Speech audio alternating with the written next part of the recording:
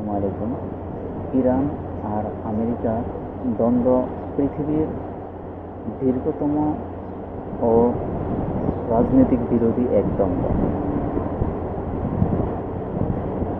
এই সম্পর্ক একটা সময় খুবই ঘনিষ্ঠ ছিল, কিন্তু সময়ের পালাক্রমে ধীরে ধীরে শত্রুতা হয়ে ওঠে। আজ আমরা জানব ইরান ও আমেরিকার দ্বন্দ্বের কারণ। তাদের ঘনিষ্ঠতা ছিল 1940 সাল থেকে 1950 সাল পর্যন্ত। 1941 সালে তারা রেজা শাহ পাহলভীকে ক্ষমতাচ্যুত করে তার ছেলেকে ক্ষমতায় বসান। তখনই ইরান ধীরে ধীরে আমেরিকার ঘনিষ্ঠ মিত্র হয়ে ওঠেন। 1953 সালে ইরানের প্রধানমন্ত্রী মোসাদ্দেক ইরানের তেল সম্পদ জাতীয়করণ করেন। তখনই আঘাত হানে আমেরিকার স্বার্থের উপর। আমেরিকার CIA ও ব্রিটিশ M16 একত্রিত হয়ে গোপনে অভ্যুত্থান ঘটিয়ে মোসাদ্দেককে ক্ষমতাচ্যুত করেন।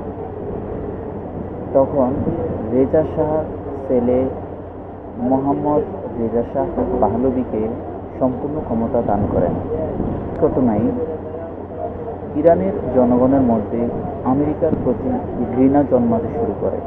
শাহ প্রশাসন 1953 থেকে 1979 সাল পর্যন্ত ক্ষমতায় থাকায় ইরানে শিল্পায়ন, সামরিক উন্নয়ন ও আধুনিকতা রূপ নেয়।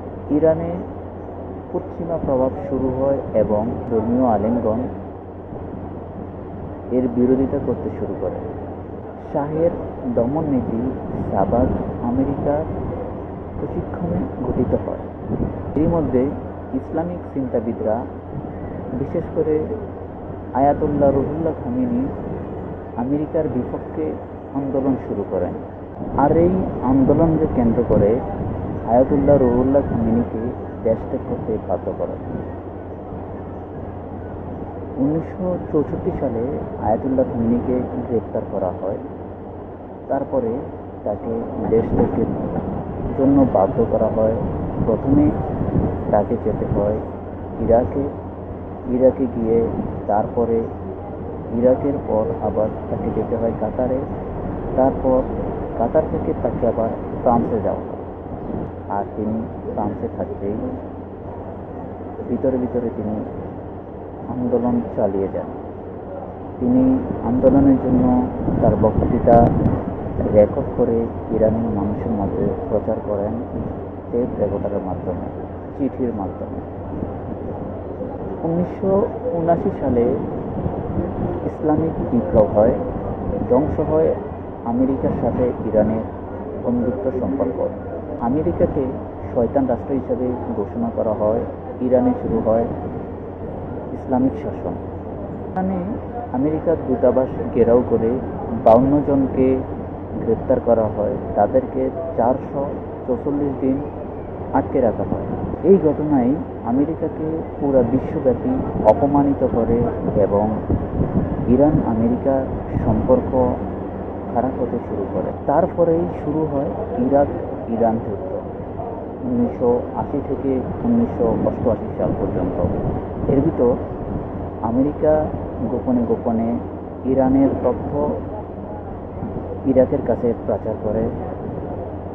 এমনকি আমেরিকা গোপনে ইরাককেও অস্ত্র দিয়ে সহায়তা করে, ইরানকেও অস্ত্র দিয়ে সহায়তা করে।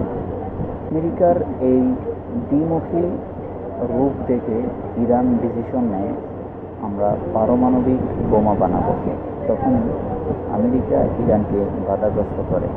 আমেরিকা এবং জাতিসংঘ ইরানকে নানাভাবে রাজনৈতিক, অর্থনৈতিক নিষেধাজ্ঞা দিতে শুরু করে।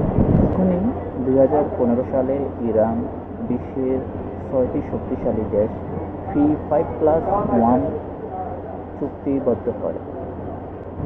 তারা সীমিত আকারে পারমাণবিক বোমা বানাবে এমন একটা চুক্তি হয়। কিন্তু 2018 সালে ট্রাম্প সরকার এসে সেই চুক্তি উঠিয়ে দিয়ে আবার ইরানের উপর নিষেধাজ্ঞা দেয়। এরপর আবার ইরান তাদের পারমাণবিক বোমা বানানো শুরু করে। 2020 সালে আমেরিকা ইরানের বিপ্লবী গার্ডের বাহিনীর প্রধান কাসেম সোলাইমানিকে ড্রোন হামলার মাধ্যমে হত্যা করে। ইরান এর প্রতিশোধ হিসেবে ইরাকে অবস্থিত আমেরিকার মার্কিন ঘাঁটিতে হামলা করে। আর সাম্প্রতিক আমরা দেখেছি ইসরায়েলকে কেন্দ্র করে আমেরিকা আর ইরানের উত্তেজনা বাড়ে। আর এই উত্তেজনা বাড়তে বাড়তে আমেরিকা ইরানে হামলা করে, ইরানের পারমাণবিক অস্ত্র কেন্দ্রে হামলা করে। এমন ইরানও পাল্টা উত্তরে কাতারে অবস্থিত আমেরিকার ঘাঁটিতে হামলা করে।